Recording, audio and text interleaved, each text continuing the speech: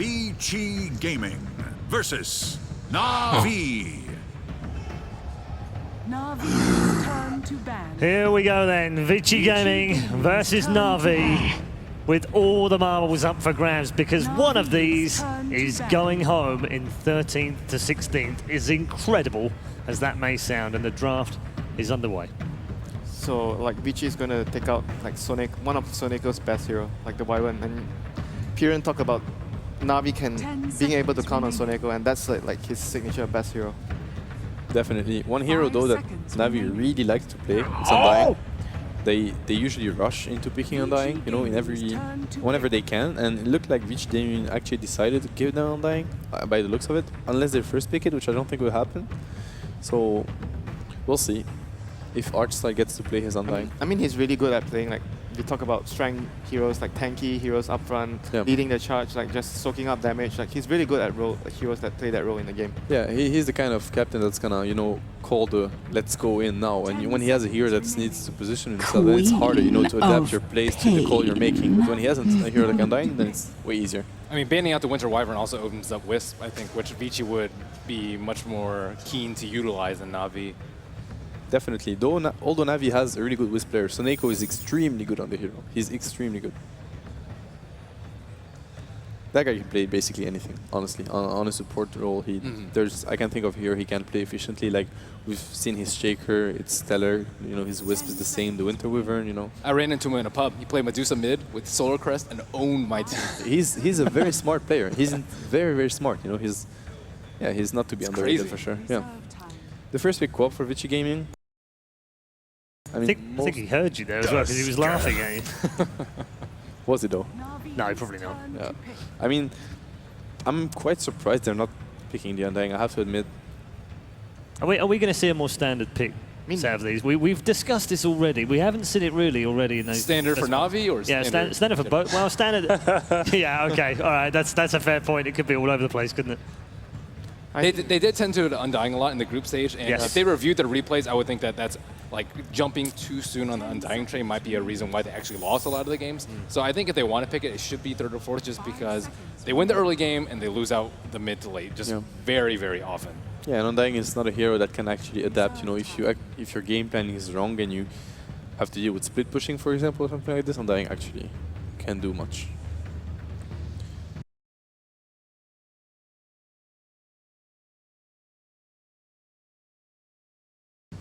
Dusk, I mean, everything's open right now. The Queen of Pain is also open. That's always been the most popular all the way through. Plus Dazzle, I mean, we've seen that this morning, I mean, earlier today, quite a lot by LGD and by Team Empire. So yeah, Navi went for that. Nothing is revealed so far. The Queen of Pain could be mid, could be carry. How actually plays it as well, so... And we actually had the same opening earlier today, more or less. We had Queen of Pain into Bounty Hunter, which is banned, or Queen of Pain into Naga, Siren. And the opposite team had the exact same Dusk and Dazzle. Do you think we're going to see an anti-mage? I think it could happen. It's a Chavos hero as well. I mean, he does sometimes overextend, but it's a hero that can also tank a lot of damage. And he's the one that's going to put it off pressure, and he's known for that anti-mage. So, yeah, I think definitely we could see an anti-mage from Navi. Or for Vici, Hao loves anti-mage. I mean, I think in this sort of style, the best of one loser goes home. I think a lot of teams would tend to go towards an anti-mage. It's a safe strat. Yeah, definitely. And we haven't even mentioned Funnick, but he's also a beast under pressure. And he's been quite impressive. At least I was very impressed by his Brood performances. Not necessarily at TI, but in all the recent matches he played. So it's a hero not to be forgotten versus Navi. They do like to play that Broodmother a lot. Yeah, well, they banned him. All right, they banned it themselves. Yeah, I mean, I think the Earthshaker pick is kind of like, they've grabbed the Earthshaker, this is a potential pick. But yeah, they potentially gave up on it already. I mean, Vici doesn't really run Earthshaker other than support. So yeah, we haven't seen ISS on Earthshaker. So it pretty much means like they're still looking for the offlane hero for Vici Gaming. So like the Brood is something you don't want to get surprised by. So. The noises for when heroes get banned are really loud in our ear, by the way. Yeah. Like when we cut to the draft, I'm generally terrified when they ban Lesh. It's like, I'm like, what did I do? Is Paul angry? No. It's Lesh. Seb was trying to call the heroes by their grunts. I was like, that's very ambitious. Yeah, we should try and do Right, that. and it was a Bloodseeker instead of an axe, but I mean, you know, it was quite close. And when they say Earthshaker, I can guess. Yeah, that's a relatively easy one. So there's still like the Radiant Shadow thing here open for Na'Vi. They can still go for that if they want to. I mean, Anti-mage. yeah, There you go. Wow. Good call. Yeah. There you go. So it's an anti-mage for Host, which is, I think, fair enough in this type of game as well. When you play best of one, usually you want to play a bit more defensive. You don't want to go for the most risky plays. And playing versus anti-mage kind of forces you to actually force the issue. And Yeah. It's like that ultimate insurance you've got. It's like we've always got the anti-mage to fall back on. Yeah, Anti-mage Magnus is even more. yeah, we might see a Magnus. Yeah. Then this Magnus is very good. It's a little bit scary of a matchup versus Queen of Pain, but I think they ran Anti-Mage plus PA, except PA just doesn't really cut it super late because I don't think Blur is as strong as having Blink and Mana Shield, but it didn't work out for them, and it looked like it was because of the PA pick, so. Now Vici Gaming has to adapt a bit, and this is when they're gonna start, you know, giving a direction to their draft and like the game they wanna. So they wanna play do you with think at this anti-mage. stage with Quap and Earthshaker that they say, okay, well we'll pick our own ultra late game insurance, or do we say screw it, let's just There's go not for that early many good mid? options. Like Phantom Lancer is, I think, one of the late gamers that people tend to, but it's actually very poor versus Anti-Mage because he does very well against illusion-based heroes. Aside from that, I mean, there's not that many hard late game carries that can actually deal with the Anti-Mage, especially with the Magnus. But there's a Rubik in the pool now. Interesting. That's a Lina pick, but I mean, it could be a support or a mid. We've seen Dandy on Lina for sure, like many times, but it could also be a support. I mean, this draft is. I don't know if it was LGD drafting a Navi lineup or Navi now drafting an LGD lineup. I think it's like also more likely the second option, but still, this is like exactly what LGD has been drafting the whole. I mean, whenever they could, right? Yeah. With Lina Dazzle support, Tusk offlane, anti-mage carry, and looking for a mid laner. Yeah, I mean, Lina still can go mid lane in the sense that it's really good versus Quap. You have a really good matchup, and if your cores are Tusk and Lina, you have two cores that make a lot of space, and there's going to be a lot of room for anti-mage to actually farm the whole map. Definitely. It is though a co-op with a Shaker backup, most likely, as we said, since we're not expecting a Shaker offlane, so it does put quite a lot of pressure on the opposite mid laner. But Lina is definitely one of the heroes that can deal with that. Yeah, she can definitely hold her own against that, like going back to clear stacks and whatnot. And that's an SF pick, so it's going to be a co-op safe lane. This is a very secret lineup. In Queen this of team Flame, secret Shadow sense. Yeah. They have very strong like early to mid game like lineup, very strong at team fighting, and anti-mage doesn't want to fight too early. So this kind of lineup could actually make the game really hard, like put a lot of pressure onto the anti-mage and his team, especially against this sort of lineup. So I think I like the approach that Vici are going for right now against the AM. Yeah, it can be quite scary for Navi, and I don't feel like they have that, you know, super good mana break, mana void target. Yeah, like when you play versus Storm, anti-mage can always, you know, come in the fight, just get an extra, you know, an easy kill on the Storm, get his like killing spree or whatever. Here it's gonna be harder to find a target to kill easily with anti-mage. Yeah. I mean, I guess like Quap, after she's blown everything, you might. That's probably the best target he has. Have to hope she doesn't just blink out and then just standing there. Yeah, it's a tricky one. Definitely. They don't have the best catch for him though. I mean, Quap might go for Orchid or might not, but they don't have the best catch for anti-mage. Like, so their game plan is definitely to pressure as a team. Just go hit the towers and force anti-mage to like come back and fight. So Vici Gaming still looking to go for the last ban here. Looking at Navi's lineup, it's kind of hard to determine whether the Lina is a support or is a core. Like Navi can just rotate their lanes and roles very easily. Undying ban, so they're predicting a Lina mid. Yeah, I would assume. That's one of the interesting things about Lina is it gives you that chance. That is there is the wisp. That is actually something that I think this is the first time Navi have picked up the hero in the event. They're very good at using Wisp. Soneko is insanely good on the hero, and I think it's a fighting anti-mage. What I see is a fighting anti-mage, and when you think about it, if he maxes mana shield, then he's actually, with the help of Dazzle and Wisp, he can be a terror. Like if he goes for, Hovos is also known for the Vlad's Vanguard build, into I just go and fight people. I max mana. That fourth pick with Lina is actually either very smart. Well, it's smart either way because it's either forced them to throw out Undying, or they've actually predicted that they would probably think that they wanted to remove Undying so that they could actually pick the Wisp. So either way, it's a really smart pick in 4. They went for... wow. Alright, that's interesting. It's gonna be Pop off. off-lane pop with Earthshaker. Like it's very interesting that in the sense that it's gonna be very good in the lane to pressure the aim. The lanes are very important, and they're hard to guess for both teams. They absolutely are. Right, we are almost ready. Players are ready. We're ready. It's going to be a fantastic matchup between Na'Vi and Vici Gaming. It's time to join our commentators. It's the Prince of Denmark and the Vicar of Pixels. Hello, ladies. Welcome to the second elimination match of the day. Vici Gaming versus Na'Vi. I think there's a lot of people very excited about this matchup, and I certainly are, especially as we're going to be able to see how pulls off the Luna. Yeah, there's a couple of really interesting picks in this matchup. I don't think anyone expected the IO last pick. I don't think anyone expected the Luna. You saw the panel, they thought it was a safe lane Queen of Pain. That the last pick would go to Ice Ice Ice. So both teams with a little bit of a mind game here in the draft. I think Matt brings up a very good point.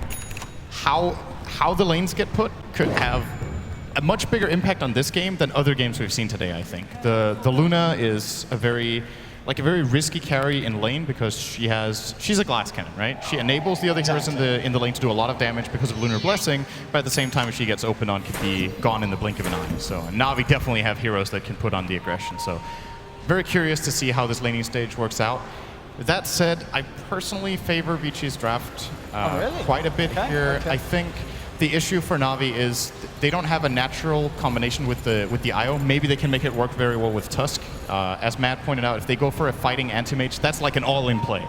If that doesn't work very early on, they're going to get super out-carried by a Luna and Shadow Fiend if the anti-mage doesn't go battle carry, right? Level 1 smoke. They've got the Tusk. He's incredibly strong. He's just Snowball onto how? If the fish are coming out onto 3, how's going to be fine for the time being? And Funnick, before Soneko turn their attention towards Super. Funnick here looking for the body block. He's going to be able to find it here. Can they chase this one down? It doesn't look like they can. And even though Na'Vi get a nice wrap around there with the smoke gang, nothing to come of it. And maybe Vici can try and turn this one around. Soneko's hanging about. Will be able to tether himself back over. Telekinesis an 8. Funnick should be fine. He's got a snowball. I mean, he's screwed. He's stuck. He's stuck. He's got a snowball, but it's not going to save him. It's going to go back in, but I don't think he gets himself out of this one. Funnick on the heel, in fact, from Archdog, but no, telekinesis. He gets slammed down, and it's going to be Vici finding the first blood there against the Tusk. And on Ice as well. At the very least for Na'Vi, they do get one of the runes. If you lose a level 1 fight, often you will lose both runes, but Soneko managed to grab the top rune on the way out, secures him his bottle. It's very, very crucial for Na'Vi as they get off to, I don't want to say this is a bad start. It's not that horrible for them, but Ice Ice Ice getting the first blood on his offlane Queen of Pain will give him more of a chance at fighting the anti-mage. And as it looks for Na'Vi so far, they're looking to play a little bit of a mid-wisp here, maybe stacking for Dendi and maybe even pulling the mid lane to try to limit Super's impact on the game. Dendi might need some help. I mean, yeah, we've got the back of Snake, and as you said, the early bottle is going to be very nice in lane here for Dendi to try and outlane Super. Super going to walk into a light strike array there. It's going to be interesting to see how this lane pans out in terms of who is going to come out on top in terms of CS between the SF and the Lina. This should be an unwinnable lane for Vici Gaming if the Wisp and Lina play well together. Shadow Fiend with only the help of Shaker should not be able to get a good foothold in this lane. Lina can just play up very aggressively, even if they get a good fissure. Until Shadow Fiend is level 5, realistically 3 raises will not be able to kill Dendi with a bottle and overcharge. So looking for Na'Vi to win this lane. And as far as bottom lane goes, should also be a Na'Vi victory here with the 2-on-1 lane. Of course, SSIS did get the first blood, so helps him a little bit in that regard. And then top lane should be absolute free farm for How. Funnick cannot contest. What is the plan with How here on the Luna? Is it the fact that Vici, they want to get the mech onto the SF, and as soon as that happens, when they group up, they're going to have How with that aura, with that extra damage, and with that extra pushing power? Oh wait, they've managed to actually block up Soneko entirely in mid! At the same time, Dendi might get the kill instead, he will! He gets it, Dendi, with the kill onto Super. Soneko only just getting himself out. Yeah. Na'Vi turning that one around very nicely. Damn, so 1-1 now on the board. Dendi, as you said, he's having a very good time in the mid lane. Look at the CS, 9 for 3 on your Lina compared to the 2 for 0 on an SF, and it's a dead SF as well. This is a great start for Na'Vi in the mid lane, making up for the first blood going the way of the Queen of Pain. As far as the top lane goes, you asked what I think the Luna should go for, I believe. Yes, Sam, what was the plan here with How? I think just the standard early impact build with treads into optional drums and then Helm of the Dominator to stack camps and just look to farm. Because, to be honest with you, I think if this just becomes a farm game and it just slows down, both teams are getting good farm, Luna can almost keep up with an Anti-Mage's farm if she gets complete free farm. You max the glaives, you stack camps, you farm really fast. In addition to that, you have a Shadow Fiend and a Quap that scale very well. On the side of Navi, if Lina has a good game, can become fearsome, even super late game. But it is very possible that Vici are looking to slow play a bit here. Yeah, as you said, it's going to be all about this kind of Luna versus... But okay, this is a little weird, because I just said Hao would go for an early impact build, right? I think treads are more or less mandatory. Treads or phase, I think we've seen Hao play it before. And it's because Luna has like 2 phases. When she gets her ultimate very early, when she's level 7, she's really strong with her spells, and it's all about getting in position and not getting burst down. That's why you get a bit of health.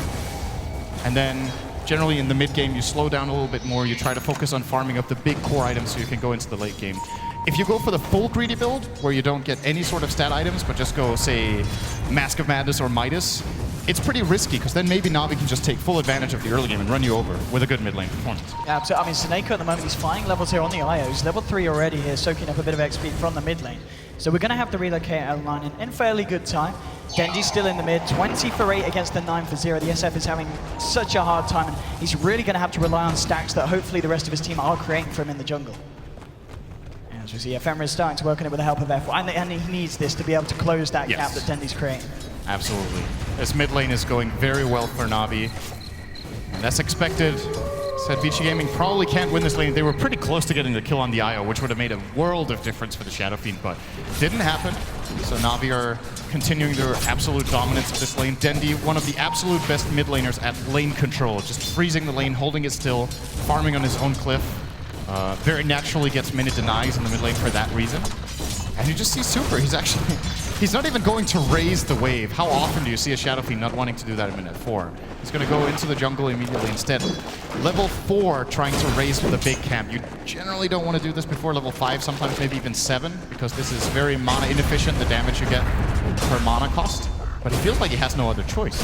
It's certainly going to be a slow start for Super, but you look at Vici and the fact they have got Ice on this Quap, he's going to be able to do a lot across the map. Once he gets to level 6 online, he's going to be able to start making those rotations, and maybe even in situations where he might actually even be able to threaten art style quite a bit here. He could force over a rotation from Kovost, which will happen. He's going to have to leave the wave for a bit, and let him mana break him off. Surprised Kovost doesn't actually blink for that and try to get a couple of extra right clicks in. He's going to run at him instead. Maybe even force Ice to use that haste rune. Exactly. There we go. Definitely worth it for Kovost to sacrifice 1 or 2 CS for that, in my opinion. Mid lane, we've got Funny coming on the tusk, but it's been totally spotted out by the Observer Wards of Vici. They saw him come up the stairs, so they should be able to be catched. They're going to try and turn it around potentially. We've got Earthshaker coming in, and they will block Funnick off. It's Super moving forward here. Nice shot thrown out. Funnick forcing them back up the stairs, and he's going to be okay. They've not quite got the damage, as you said. The levels that Super has, it just doesn't have the amount of damage with those raises to be able to blow up that tusk. Yeah, they are very, very nervous in the mid lane. If Dendi lands a stun, Shadow Fiend might actually die. Dendi needs to be careful. Wait, what? Oh, Ice, he's coming with the rotate, but Dendi with the Laguna Blade and no light strike around to Ice. He might find a second. Funny with the snowball. Ice, he's got no mana. Pulls the charges, it's not enough. Double kill for Dendi. But Super, he turns it around, finds a double kill for himself. It's going to be a double kill to both sides there in the mid lane, as Vici very nicely recover against what Navi were able to set out to do so there.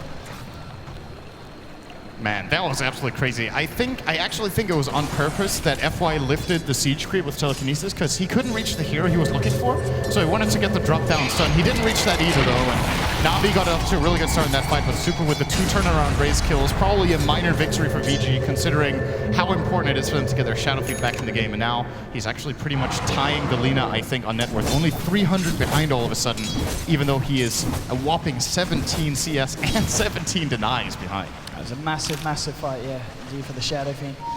And so far, both the carries, Hao and Force, pretty much been left undisturbed. We haven't seen either of them have any pressure from each team support. A lot of focus around the mid lane, which I think understandably so, because Lina and Shadow Fiend are really, they're the kind of heroes that are going to get the pace going. If Dendi gets off to a good start, we're going to see him get an early Yule Scepter online, and they're just going to be able to find solo pickoffs across the map, especially even on heroes like the position one, like Luna, who is relatively squishy in the early game. they're definitely going to be looking to combine Dendi with Funnick as early as possible to gank key targets. Funnick has tried to rotate mid with success in that situation. I mean, he did get 2 assists. They obviously didn't directly win the fight, but at least the combination worked out. Unfortunately for him, he's only level 3, and you're comparing that to the Ice Quad, who's level 5.5. Got quite a bit out of that first blood, as it would seem. Extra bit of gold and experience from that is very helpful. Bit of focus on Ice here as Outstyle just at the sidelines. Just keeping an eye on him. Dendi has backed off. He had a lot of nice stacks, and there was a triple stack and a double stack here in the Iranian jungle that Dendi's going to be able to clean up, and that's going to be putting pretty much right bang onto his Jules Scepter at this point of the game very early on, if he closes that gap. And that's going to allow him to solo kill the Shadow Fiend, solo kill the Quap, solo kill the Luna. The Luna. He can actually solo kill every single hero on the Dire team. None of them is tanky enough to survive the full burst, I do believe. And you've got to remember as well, Snako, he's nearly halfway to level 6, getting the relocate. I mean, if they have to relocate in Yules, as you said, anyone that's caught on their own on the map is going to die. It's possible Hao can actually survive it, because he has strength treads as well as Aquila. It gives him quite a lot of stats here. He's got plus 16 strength. So. But that is the only target Dendi can't find, and there is no doubt that Na'Vi are going to be kill hungry here. In the mid lane, looks like FY, it's just, that's an invisible IO. Yeah, indeed, the invis, hard to tell sometimes. Snako reveals it. Still 3-3 at the moment, 9 minutes in. Funnick able to find himself a bit of space and time up here in this top lane, trying to work those levels up, but Hao finds himself a tower. Very classic safe lane Luna. This is what Luna is extremely good at as a carry, is pushing towers early, has great base damage, is a very natural Aquila carrier. Of course, if you have multiple heroes in the lane, just the benefit of having the Lunar Blessing just makes this push very, very swift. And he is indeed, as expected, going for the drum build-up, it looks like. He's got a Bracer in addition to his Treads Aquila, so very, very heavy on the stats early on. Already 1,100 health. I think he might actually be the tankiest hero on the map right now. He is, in fact. And that is a hero that's usually very squishy 9 minutes in, but combining his very good early farm with his item choices, he's going to be difficult to deal with. Of course, Avor still working towards that Battle Fury. He has the Ring of Health picked up. Nearly got enough here to finish off that Perseverance. Ice trying to do what he can in terms of harassing Avor, but Avor's to this point not scared at all on this anti-mage of that Quap. He's got a point in the spell shield to help him out in lane. Snako and Artstar just clearing up some camps in the jungle. Snako only 100 XP away from having that relocate online. Ooh, Ice needs to be careful here. He should be able to just blink himself out of this one. Na'Vi will be able to secure themselves the rune, bottling up the bottle here for Snako. And is that yours? Yeah. Is that done? 10 minutes, that's a pretty good time. It's actually a very good time with the items he has. He has Bottle, Wand, as well as a Null. So looking good here for Dendi to be able to set up on kills. This means that realistically, no one can go to the mid lane to even touch a creep unless there's a defensive support there. So either Shaker or Rubik has to be there to disrupt the combo of Lina, as the moment they show on lane, you can just tether in, run up with Yules. The Yules move speed in addition to tether should bring Dendi up to, I would say, like 460 move speed or something like that, maybe even more. And here's what you were talking about, the Dendi Funnick combo. Dendi leading in here with the Yules Scepter. Can he find the combo with the stun? Yes, he can. He's got on the Laguna Blade as well, bringing Hao low. Hao, yeah, tries for the ult, but it's not going to come out. Does get taken down there. Snako being credited with the kill. Super moving in with Fenrir. See if they can find something. He'll find the raises. Will be able to find himself one kill. See if he can find more. Dendi looks for the light strike. It's going to be juked out. And the relocate back out is going to bring them back safely towards the mid lane. Good trade for Na'Vi, even though it's a 1-for-1. They kill the enemy safe lane, they force rotations, and only have to sacrifice their Tusk for it, while their anti-mage is free farming and should be able to deal some pretty decent damage to the bottom tier 1. I don't know what TPs are available for Vici Gaming. Looks like Rubik has one. Shadow Fiend does not. Shaker does as well, but those two supports porting in will not threaten Kvothe at all. This guy, however, together with them, might be able to repel him. He might just blink out here and just run away from Hao, but yeah. You saw Na'Vi had to put in quite a bit of effort to kill the Luna, but they do manage. Yes, they certainly needed more than just Dendi on his own. Vici smoked up now.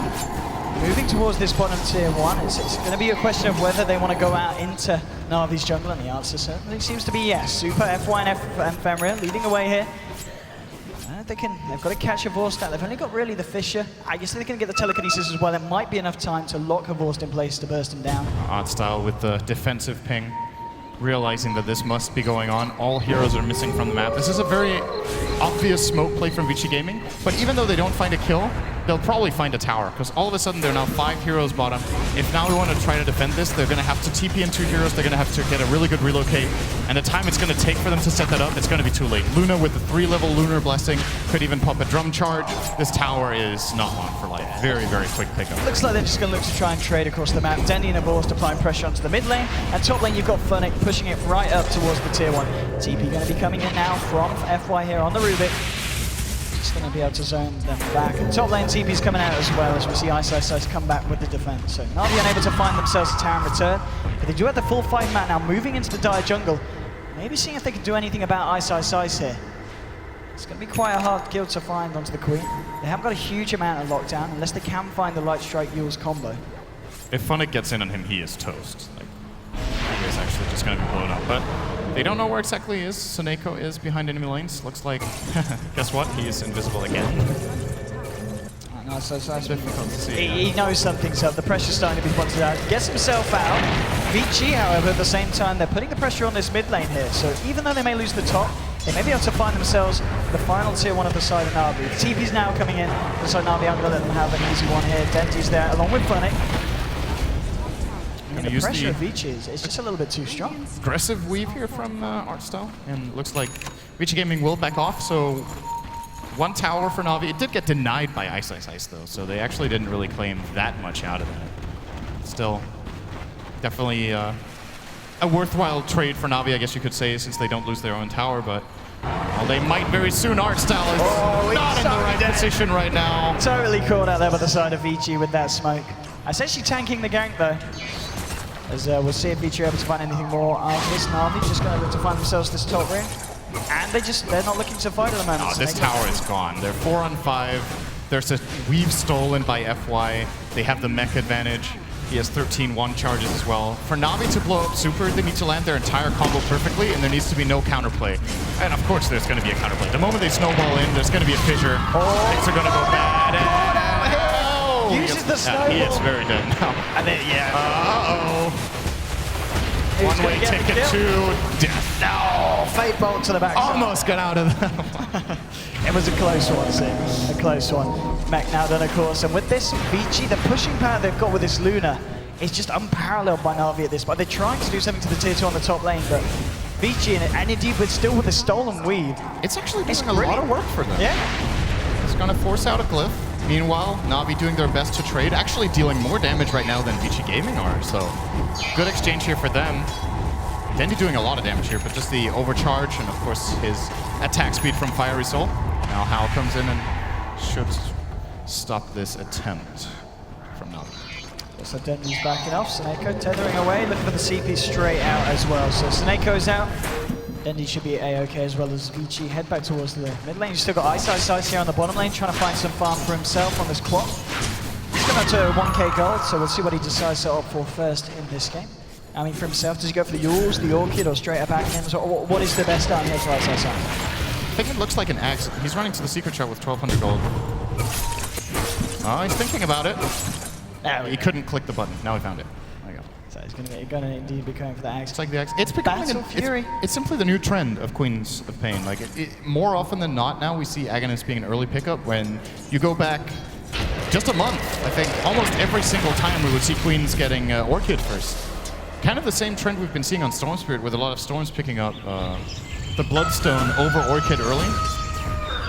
Going for a little bit more of a tanky build here on Ice with the Aghanims. Of course, when this is looking to become a fighting game, a lot of the time the low cooldown ultimate will be great. And a little bit of extra damage, of course, doesn't hurt. I mean, they now have also got this Battle Fury on top of the treads. What's the game plan here for Vici Gaming? How do they stop the anti-mage farming? Do they just need to end the game before it gets to a certain point, or do they need to look for aggressive rotations into the Radiant jungle? They might not need to end his farm as long as they get farmed themselves. Okay, so Neko's in Viz again. Are you kidding? Like, I keep seeing this IO. Like, it looks like he's out of position all the time. This is his 3rd Invis rune in this game, I think, if not the 4th. I think it's the 3rd. Kind of ridiculous here. Pretty unlikely. But yeah, if Vici Gaming trade farm, and both their Shadowfiend and Luna farm against the Lina and AM, I think they're going to feel pretty confident going into the mid game, because in my opinion, when you look at the supporting cast, the Dire have a Shaker who can be massively impactful in the mid game team fights. And on the Radiant side, the IO is a little bit iffy in this game, again, because of the pairing it has. I don't feel like it's going to be that powerful in the mid game. And then the Dazzle can be super high impact, of course, with a great Grave and a great Weave, but most of the time Weave will take a little bit of time to build up. And Rubik is always just an X factor. He's just good, always good mid-late game if you get the right steal, and FY tends to be pretty good at it. Now we get another tower, though. They do. Vici went for a very aggressive smoke all the way right past the Radiant H's. Now they're backing up. Na'Vi needs to be careful. They need to get the hell out of there. Just straight out. And Funnick will be able to get himself out. Fisher! Ho-ho! Not quite soon enough. And Na'Vi do get away with, as you said, another tier 2. This is a very good play from Na'Vi. They get the tier 2 tower, they have 0 casualties, they force a rotation, and Hwost is just free farming the bot lane. This is pretty much textbook how they should be playing this game right now, because I think relocate ganks and just aggressive plays in general with the Lina right now are pretty risky. Since if they don't have vision of the defensive supports, it's very easy for Vici to just turn the fight on its head. They will probably be looking to just map control, take towers, try to get superior vision so that Hwost can not only trade, so he doesn't trade farm, but actually out-farms the opponent. And then they can hit a sweet spot around the 30-minute mark when Hwost has 2 big items. Maybe take the fight at that point. 6 for 4 at the moment, but still, Hwost at the top of that net worth. Dendy, he's closing in on the Aghanim Scepter. He's less than 1,000 away from having enough to pick up the complete deal. At the same time, Ice, he's got the point boost of the Ogre Club and working towards his penultimate item. So still a very close game here between these two sides. And it's still going to be very interesting to see how the Luna pans out as the game gets later. He's picked up the recipe for the BKB, has the club as well.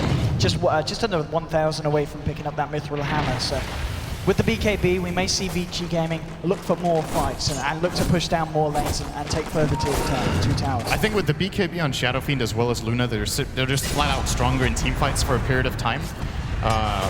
Dendy will, as it looks, have the Ag Scepter ready at the same time. So if they time it very well, maybe they can get a key kill with a level 2 Laguna with Ag. But at the same time, the tankiness of the Dire lineup, they have the mech. Luna has good health, as we talked about earlier, so it might not be enough. And Antimage's damage output right now against BKB targets is very low, and he actually doesn't even want to contribute in fights.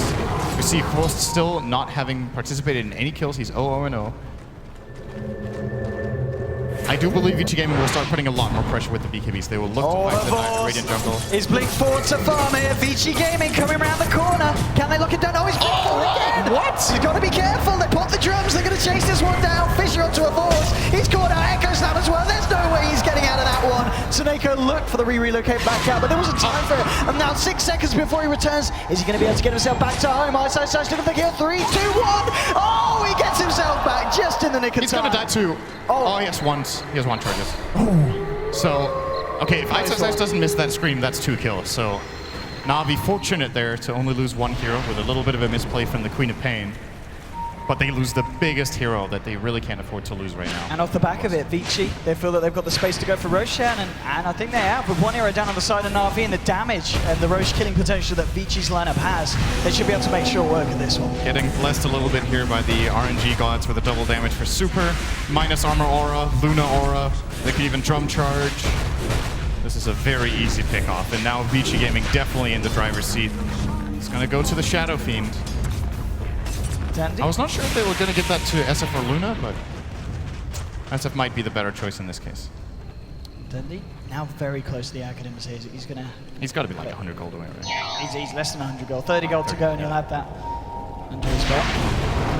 Here was Snako as well, but forward to set the Shadow Fiend now. Of course, Vici Super starting to look very, very scary. 1,500 gold on top of the BKB, and as you said, with the Aegis on top of that as well. Luna with, I believe that's a completed BKB coming out. You've got a completed BKB now on Luna as well. So this is that time, as you said, where it's going to be very hard for Na'Vi to fight 5-on-5 against Vici's lineup.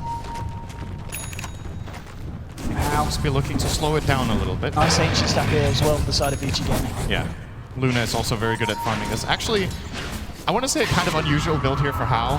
Maxing out Lunar Blessing off.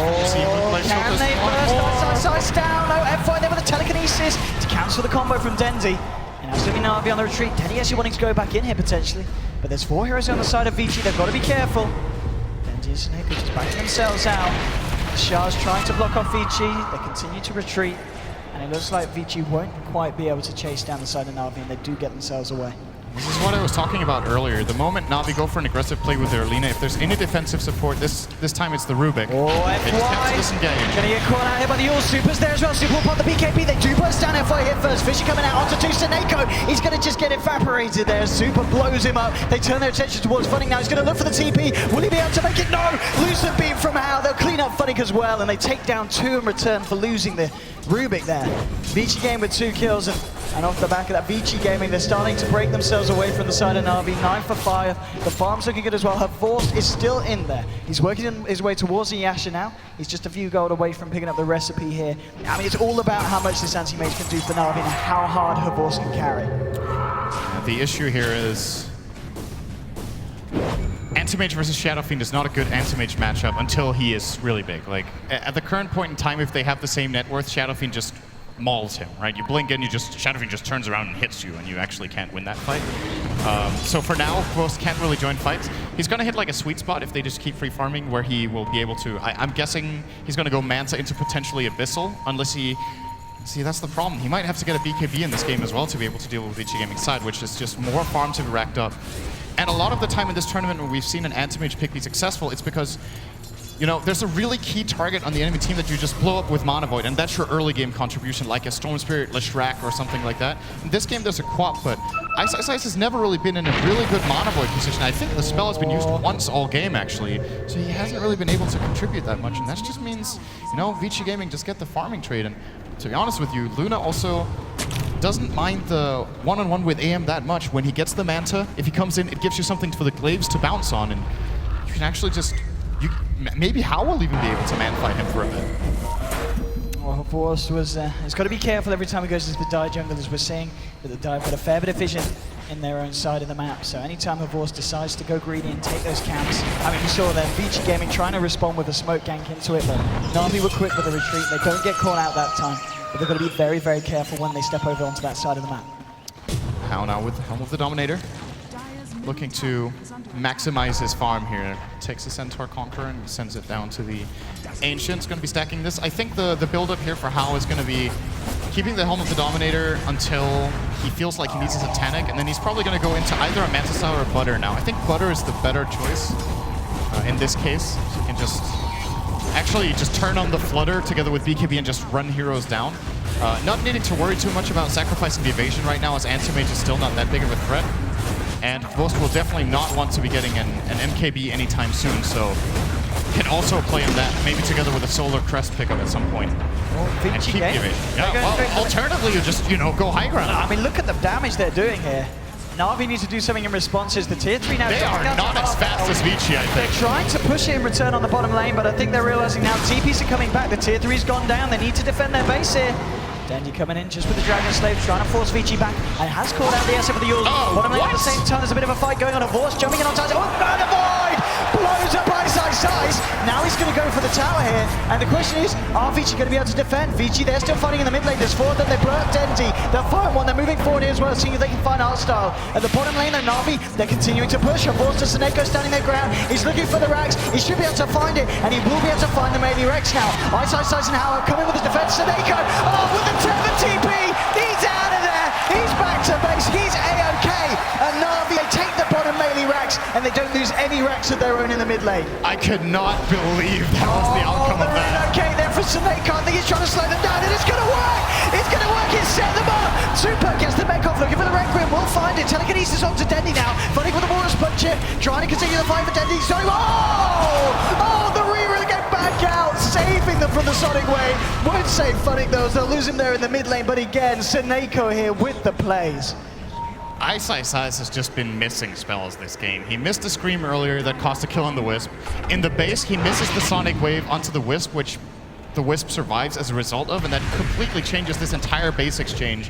Whiffing that Sonic Wave also gets him killed by the AM. And now again, another Sonic Wave miss. This is very uncharacteristic for Ice, just flat out having a bad game here, and Na'Vi are taking full advantage of it. They managed to get a bottom melee Rex out of this exchange. That's massive. I cannot believe that was the outcome of that. Vici Gaming simply has the faster pushing team, but they just misexecuted it completely. And now Havort, he's got that Finnish Manta style. He's got 1,300 gold on top of it as well. In terms of net worth individually, I'd imagine he's pretty much well up there towards the top. Yeah, he's coming up to, well, 1.5k above the SF. And this is an issue. I mean, compared to the Luna as well, there's a huge difference in farm between the AM and the Luna at this stage of the game.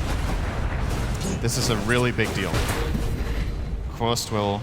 I'm very curious to see his next item choice here, if it is going to be that BKB. Oh, Denzi moving into the top lane. How is that? Who's finding who, really? SF and FY, but now FY with the telekinesis onto Denzi, trying to lock him in place. Seneko coming in, oh! Tries to look for the relocate out, not there in time, and now it's going to be Seneko. He's got 7 seconds left of his life. He might actually survive. He's got the Glimmer Cape in 7. Glimmer Cape in 7. Is he going to get out with the Glimmer Cape? Oh, no, he's not. I did not see that cooldown. That is a problem. Yeah, it was the cooldown. It was literally, I think, a second on top of the relocate back. Very close. If he does have Glimmer Cape off cooldown, he probably escapes that situation. But Vici Gaming might have noticed that it was used on Dendi, so they know it's on cooldown. And stick around for a bonus kill, if you will. Worth noting as well now, of course, on the Earthshaker, on good old Fenrir, he has now got the Blink Dagger, so it's going to make it that little bit harder for Na'Vi to try and break high ground, and at the same time, make it harder for them to defend their own high ground, because we can expect to see Fenrir jumping straight in. Talking about jumping straight in, Ice going into Funning, Avorta turned out, they'll turn up Ice with a Mountain Void, blowing up the quad. That's going to be Ice down with a push from the rest of Vici coming on the mid lane. Na'Vi, they are still down Dendy and Seneko, and the damage isn't going to be enough here. They'll find the ranged racks. They're looking for the melee racks as well. Can Na'Vi get them off this? It doesn't look like they can, and Na'Vi will lose this mid set of melee racks as well. So a full set of racks down here in the middle lane. Very nice for the side of Vici. Looking for House, snowball forward onto Fenrir. Can they turn this fight? Na'Vi, House going to pop the BKB, looking for his way out of this one. Now he's ready to just turn around and go back in. Will blow apart style here. Now the question is, are they going to try and look for more fun? It gets the Sigil out, trying to slow down the side of Vici. Ice Shards blocking up How. No, will be able to walk around them here. Duke it out. Havort, he's coming into the fight now with a snowball onto How. Looking for the lockdown. Havort's been tethered up by him. Seneko. Super getting caught up by the Yule's Light Strike. The Luna Blade. Super's going to go down. Killing spree here for Havort as he takes down the SF. Fenrir now the Trooper. Blink 4 from Funny. Gets the Ice Shards. Blocks Fenrir up and down. Seneko turns up to the fire. Party with the spirits blowing Fenrir up. They'll get themselves another kill. Na'Vi and Havort now applying the pressure onto the mid lane. They might even be able to try and force out a buyback to the SF. Still 50 seconds, but Super's off the map. They do claim the racks here, Vici Gaming, but they get to pay the price. Anti-Mage getting the kill streak. And on the Shadow Fiend, yet a monster kill. That's another about 1,000 gold going to Quost, who now has his BKB and 1,200. He's going to be pretty difficult to deal with right now for the Vici Gaming side. The right-click items are not really coming out in force just yet for Shadow Fiend and Luna.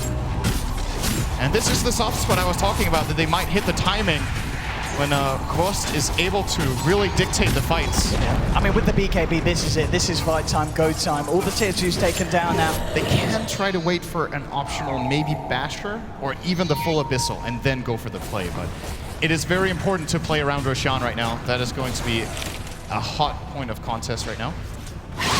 Neither team, of course, knowing when it respawns. It's a pretty late respawn, almost max time, as a matter of fact. This has really been kind of a back and forth game here. Both sides totally still in it. Both sides have been able to take down a set of racks. Vici finding themselves the mid racks, Na'Vi finding themselves the bottom set of racks here. So again, like the first elimination game, a very close match, because we can really feel that both teams are playing their hearts out, as the loser of this, of course, goes home. This is a very, very tense moment right here.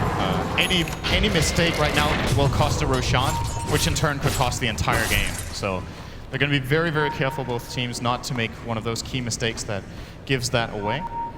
Of course, we should mention FY currently sitting on Anti-Mage's Blink, one of the very good spell steals that I think they picked Rubik because of.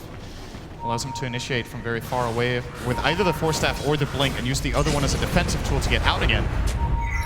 Even spell steal something else on the way as well. Up now, under a minute. Na'Vi in the neighborhood. Vici Gaming actually looking towards the top lane. They saw Vorst getting the push on, but Vorst in the tree line. Should be alright here. Buyback should everything go wrong here. Just hiding in the trees. We're going to see FY looking for him here. Vorst diving around, blinking around as well. He's still around, Vorst. Oh, FY's going to find him. Oh, he's going to blink again. He's got to be careful. Ice, no! They found the Vorst. Stay in the trees, they said. It might just work with the TP. Gets himself out. What a lucky, lucky boy. What a close call. It's one of those moments where you just ask yourself, was it worth standing up there just for that extra creep wave you could have claimed when the enemy heroes left? Probably not. He stays alive, but he pops a 10-second BKB charge, putting it on a minute cooldown.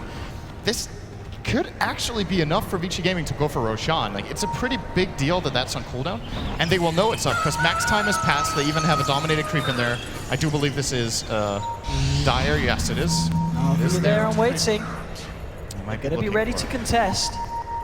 Forced actually being the front liner here, straight onto the SN for the Manta as well. Looking for it, the BKB's being popped. The Echo's now. Force getting low, but the Shadow Grave going to wipe time. He actually blinks himself out. Fenrir might go down. No, he's still alive. Funnick's going to be the first to lose his life here in this fight. Now Seneko trying to retrieve it. Ice jumping forward. He's going to find Seneko here as well, and 2 down on Na'Vi. This is going to be the opening that Vici may look to take Roshan from. Yeah, Na'Vi were worse. They're so scared of giving away the Roshan that they feel like they have to go in and check. And Kroos just can't take this fight, right? He doesn't have BKB, so the moment he engages, he has to get the hell out of there as Vici starts turning the heat on. And that little play in top where he lives didn't pay off in the long. It didn't look like the biggest of deals, right? When you look at the collateral, that mistake just cost them Roshan 2 deaths and Vici almost nothing.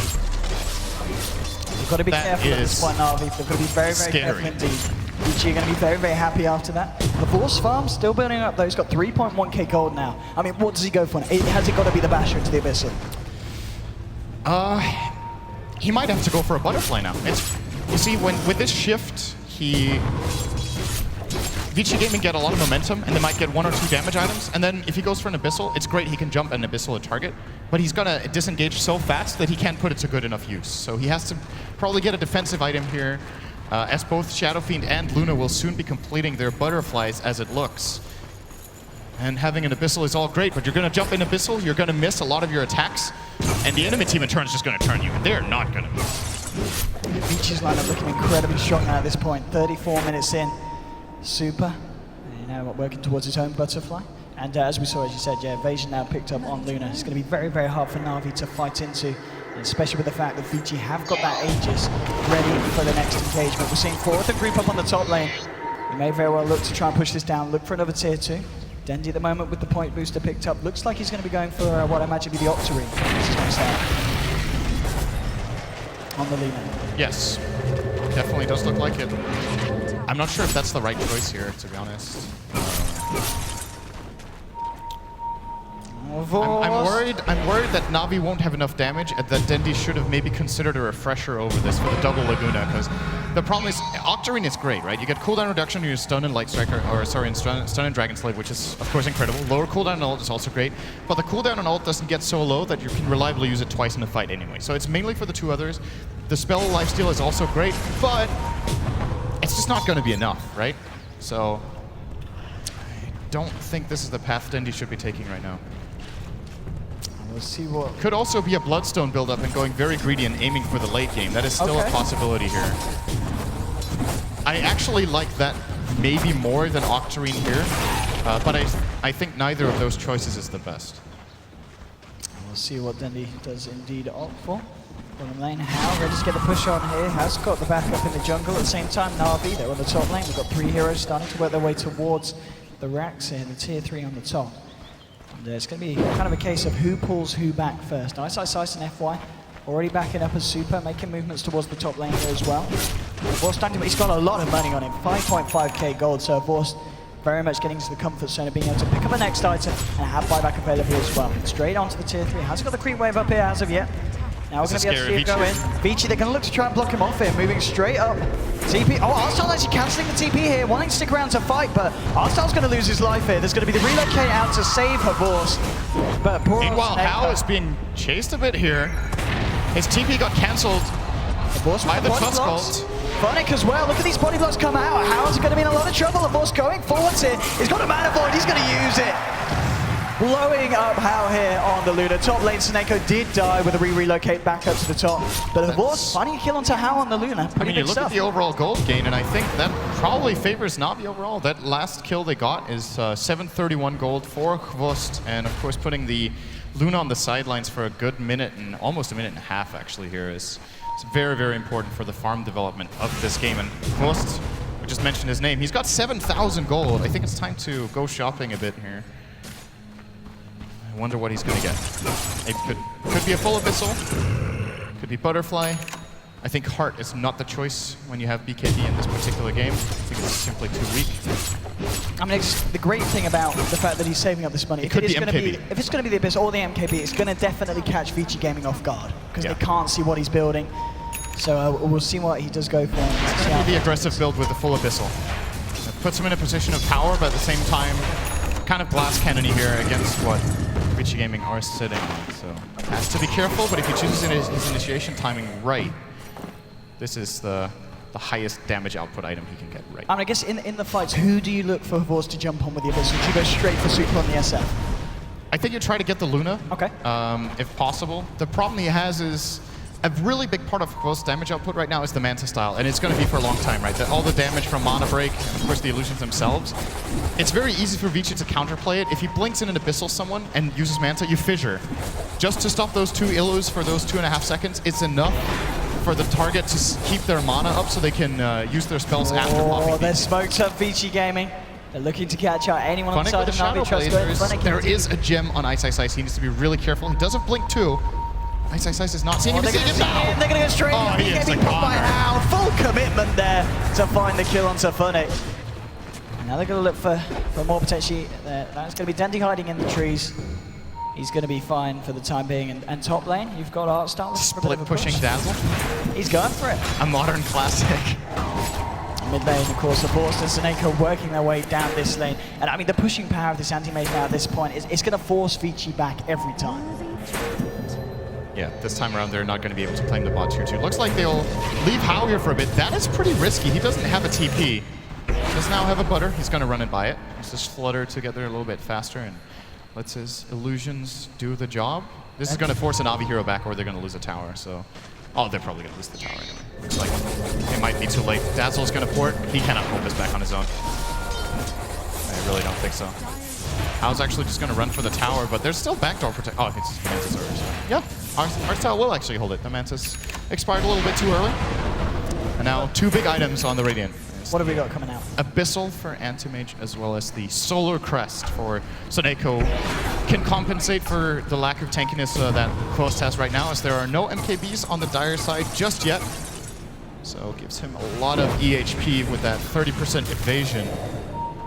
You can cast on him, as well as, of course, the armor. Vici groups up here. In their jungle, her boss, as you said. Just continue to farm.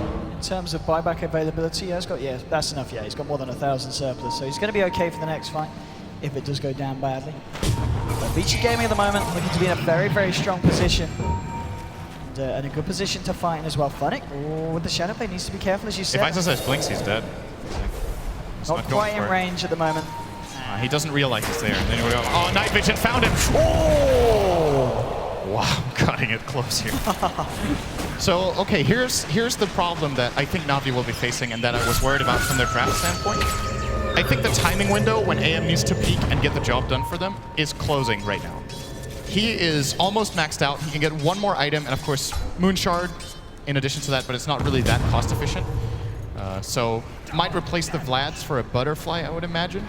And then he's kind of maxed out. And then they kind of have to get the job done, right? Luna is going to grow a lot, so is Shadowfiend. He still has a slot remaining, can sell his mech and get another slot. And even Ice, Queen of Pain, has a lot of room to get some good utility items, more than likely. And what do we have over on Dendy? He went for a Blink Dagger, another 3k gold in addition to the point booster. He is not going a late game core build right now. He does not have physical damage output.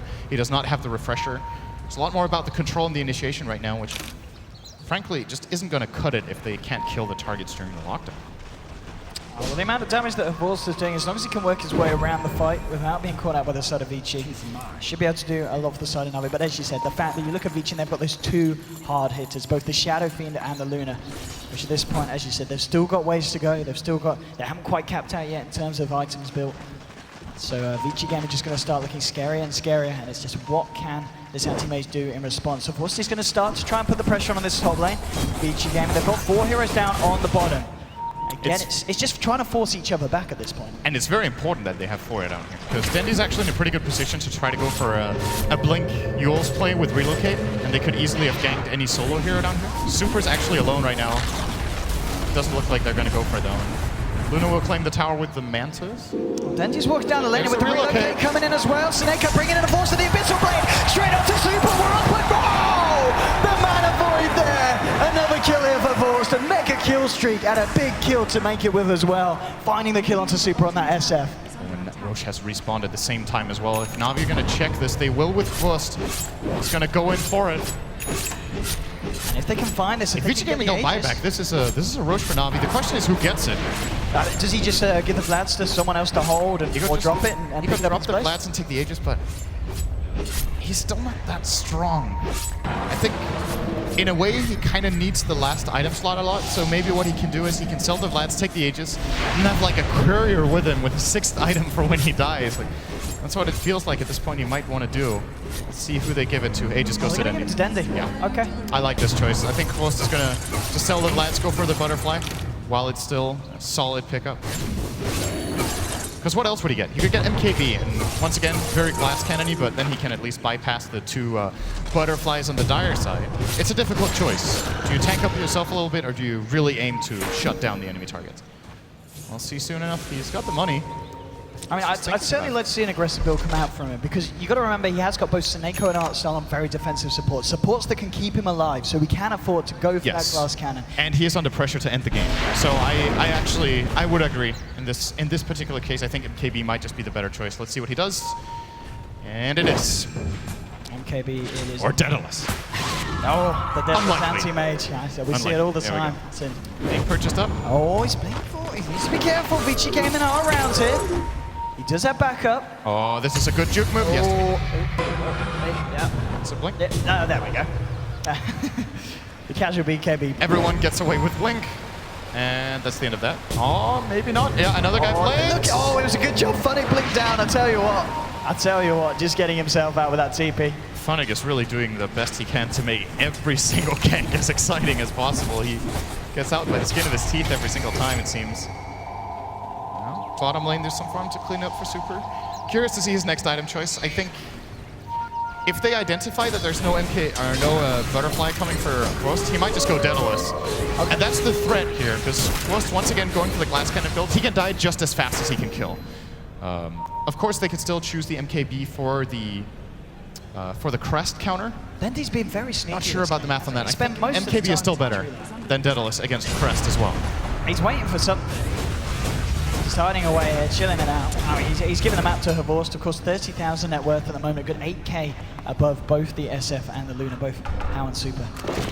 And he's certainly getting to the point where he's pretty much stacked out. I guess you can obviously get himself some bots online, and as you said, eat a moon shards, which at the rate he's farming and kind of the passivity of this game at this moment, 45 minutes in, I wouldn't be surprised if we see him find as the game continues. This is Satanic. No one how. He's starting to get really big. 25 armor, 2400 health. What do we got in comparison on Ghost? He's less tanky, actually, on the anti-mage now than the Luna. Of course, do we have a crest on Vici? It is very important. We do not. And that is the big difference maker right now, that even if you have the bypassing mechanic with Monkey King Bar so you can't miss, the 10 armor is still pretty significant. He's still in the trees. He is, isn't he? He's spent most of the time over here. Yeah, he's exploring. He's being a bit sneaky. Doing his coin challenge. Getting Explore 90% of the map. But hopefully there's no coin challenge with that. That would be horrible. Vici, I want to go some in here. Okay, they found a force. Can afford to get himself out of this one. Echoes have everything. Sonic Wave, can they kill him? Oh, they do! He's down! They finally kill him to a force. He has got buyback available. Snake can lift the TP out. Will be able to just find himself back to base. But I think Force is definitely going to have to use it here. 90 seconds off the map. And Vici, they're ready to go for a lot of damage and destruction here into the Radiant base, heading towards that bottom lane here. As you know, they're just going to head for the game. They're heading for the tier 4s here. Fortification is going to come out here from the side of Na'Vi. Still no buyback yet used on Horst on the anti-mage. But the tier 4s are going down incredibly fast. No, but there's your buyback. Okay, Horst, what can he do now? How's going to get the BKB off, and now they're going to be on the retreat. Out comes the Eclipse. They're not quite chasing it here on Na'Vi. And Vici are just going to back themselves up. So they get a fair bit of damage done to the tier 4, do force out the anti-mage buyback, and get themselves out without losing anyone. They play so aggressively against a team that has the Aegis. This is pretty uncommon. Dendi sitting on the Aegis, they still go for the anti-mage gank. With him dead, they still go for the fight in base, believing they can disengage, and Zero cost. They got almost tier 4s, they forced buyback. Paid nothing for it, they go back to farming. This is Navi are running out of time. I really feel like if this goes on for another 10 minutes, Vici are just going to beat the one stronger late. They have to make a play with this Aegis if they can. But it's expiring in 30 seconds. They haven't used it for anything. This is certainly an issue for Navi as well, and now they're for this very fragile period of the game where if they lose her Vorst again, it's pretty much over. They've got to keep anti-mage alive at all costs. Without that buyback available now, it's going to be a very, very tense part of the game here for Navi. They've got to do what they can to hold on if they wish to take this game against Vici Gaming, of course, in this best-of-1 elimination match. And I mean, Vici Gaming, just with the fact that this Luna and SF are getting so stacked, it's looking a bit hard now for the side of Navi to go up against this, because it's really anti-mage. It's Havor's doing all the damage. As you said, Dendi didn't really go for that late build. Wow, I cannot believe Navi have 3 smokes available. That is very unusual in high-level Dota 50 minutes in. They have stocked them up in their shop, Vici Gaming. Oh, it might just be this play bug. It looks like Vici has 3 as well. I think they've bought quite a lot of them. Or maybe both teams. Nah, there's no way. They've used quite a bit of smokes. It might just be. I would be surprised. Who knows? I'm getting skeptical because both teams have 3. That would be ridiculous. There we go. Okay, it works for me now. I don't know how that happened. Vici have none in stock, and Navi have 3. Still got 3 of them. Unless... I mean, Vici no, they also have 6. Wait, what is going on here? All right, this is glitchy. All right, don't trust me on anything. They also have the same cooldown in their shops and whatnot. Teams have smokes. Great. Vici at least have 1 on the shaker. It has just been used. Smokes in Vici Gaming. Yeah. They're going to use one right now. So It's they can really find weird. anything off the back of it. F1 with the haste screen here. Heading straight towards the mid lane. Okay. Everyone's going down the mid here. Vici, this could be it. This could be the G. If they can find themselves winning this team fight, it's going to be very hard for Navi to stay in this one. Coming in, smoked up. Dendi in front. They've got to be careful out front. Dendi's got to be careful out front. Comes out. F1 moving forward. Oh. The blink back from Dendi just in time. And now they know that Vici Gaming are there. Aggressive weave. Vici are definitely going to respect this. This is the... They do not want to engage into the base under these terms, but they could also just wait. Wait for the next Roshan. They know Navi do not have the Aegis right now. Oh. The chance that Navi will be able to breach high ground now without an Aegis is very low. Vici Gaming is back up to the top lane. Was being pressured in by Havor's Snaker. On the other hand, though, should they be successful in killing Force, the game is over. So yeah. There's no buyback for a good, what's that, 3.5 minutes? 3 minutes or so? Yeah, I agree that, yeah. It's just under 4 minutes still on the cooldown of Havor's buyback. So still a fair few minutes that Navi are in a very, very dangerous position. And especially with the way that they're playing, in the sense that we do see Havor's Snaker regularly go to that top lane on their own to push it back out. If Vici Gaming can kind of capitalize on that overextension and catch him out, it's going to look very, very rocky for Navi. But 50 minutes into the game, Navi certainly still holding themselves in this one. And Vici Gaming not yet able to push the game over the edge. Super with his newly purchased Daedalus is critting for about 1,000. With the Luna Aura, I believe there's no Wolf involved right now. How did lose the Wolf in the base push earlier. He might want to try to get a new one. It does make a pretty big difference. There actually is one in their jungle that they can grab right now. But, oh, well, he has Satanic, so never mind. He can't do that anymore. At this point in the game, obviously, as important as this game is, both teams, they're playing very careful now. You can just feel it. We're not really seeing Vici go for any full-on high ground pushes at the moment. They're kind of waiting out to see if Navi overextend, come out of the base themselves, and they're starting to make movement sound. And as you said, yeah, Roche back up in a minute. That's going to be the point where we maybe see a bit more action come out from both sides. So here's the problem. Navi don't really have a great carrier for this Aegis because Quos needs all his item slots. Vici do have one. It's really great on the Shadow Fiend right now. It's also good on the Luna. Both of them have a TP scroll. They could both get just Boots of Travel and grab it. That's just not as impactful a hero on Navi, but at the same time, they just can't let Vici Gaming get it, I think. It's more than likely going to be the end of the game if Powell or Super gets an Aegis and they just 5-man down mid. Again? Especially How. If he just frontlines these tier 4s, the bouncing glaives will very quickly bring them down. I mean, that is the thing. If Navi lose one team fight, the pushing power of Vici is just going to be too much, and the base is going to be destroyed. You've got an Aghanims now on Rubik. And there's a lot of very tasty spells to steal with it. Obviously, the Weave's nice, and the Laguna Blade as well from Dendi is going to be very, very effective if Rubik's able to get his hands on it in these fights. Of course, There it F1, is. very renowned Rubik player. I'm sure we'll see him get the big steals off when it counts. Indeed, Roshan's up. We'll see who's going to get the first sniff of it and head themselves in. Double damage as well. Wow. Again, it's that rune. Whoever finds himself here. Vici You give Gaming. this to Shadow Fiend, he's going to make really quick work of it. He already has the Daedalus. His crits are going to be extremely high. Luna Aura. They're not going straight in. Cautious. If they knew this, they could probably just snipe it right now. Like, the time it would take Na'Vi to cross over, they would lose the Rosh. They're playing it safe. Now, this ward they have in the middle lane is going to spot Faust and Soneko. But there is, of course, always the risk of a relocate to get them in position. And they just don't know where Dendi is right now. They don't know where Phonic is anymore. He's in the trees. Yep. Oh, that's new. He's been hanging out a lot in the forest this game. Okay, they're going to go for Roche. And as you said, still with that duration of the double damage. 1,350 crits. And they're going to make such short work of it here. And I don't think there's any way that Na'Vi can stop it. Already down to half health. We're starting to see, well, Dazzle make a movement towards it, but Horst still in the mid lane with Soneko. No chance to cancel this one. Vici are going to find Roche. They get the Aegis, they get themselves the G's here. And Artstar, that's trapped up on the Fisher. In a lot of trouble as Vici converge onto him. We'll get the weave out. Shallow Grave isn't going to save him, though. And they're going to get the gem here as well. So big pick off there for Vici Gaming. Roshan, and they Aegis, steal G's, weave. and gem. Wow, they got the absolute most possible out of that situation. That could not have gone any better for them than what they were given. This weave is such a big deal. Like this spell, when it comes to high ground pushing, remember he has Aghanim Scepter and Rubik. So this weave actually is going to provide them with, at its peak, 36 armor for the entire team for that last second. They're going to precast it. This is such a hard defense for Na'Vi. Vici Gaming coming down the mid lane. Hex onto Funny. The fortification already coming out. Shallow Grave just in time. Dendi is there. Force is backed up as well. He's ready for the defense with Soneko tethering him up. Buyback from Funny jumping in straight to FY. The Shallow Grave stolen. FY's still alive. And now he's going to contribute. Gets himself out. Steals the blink.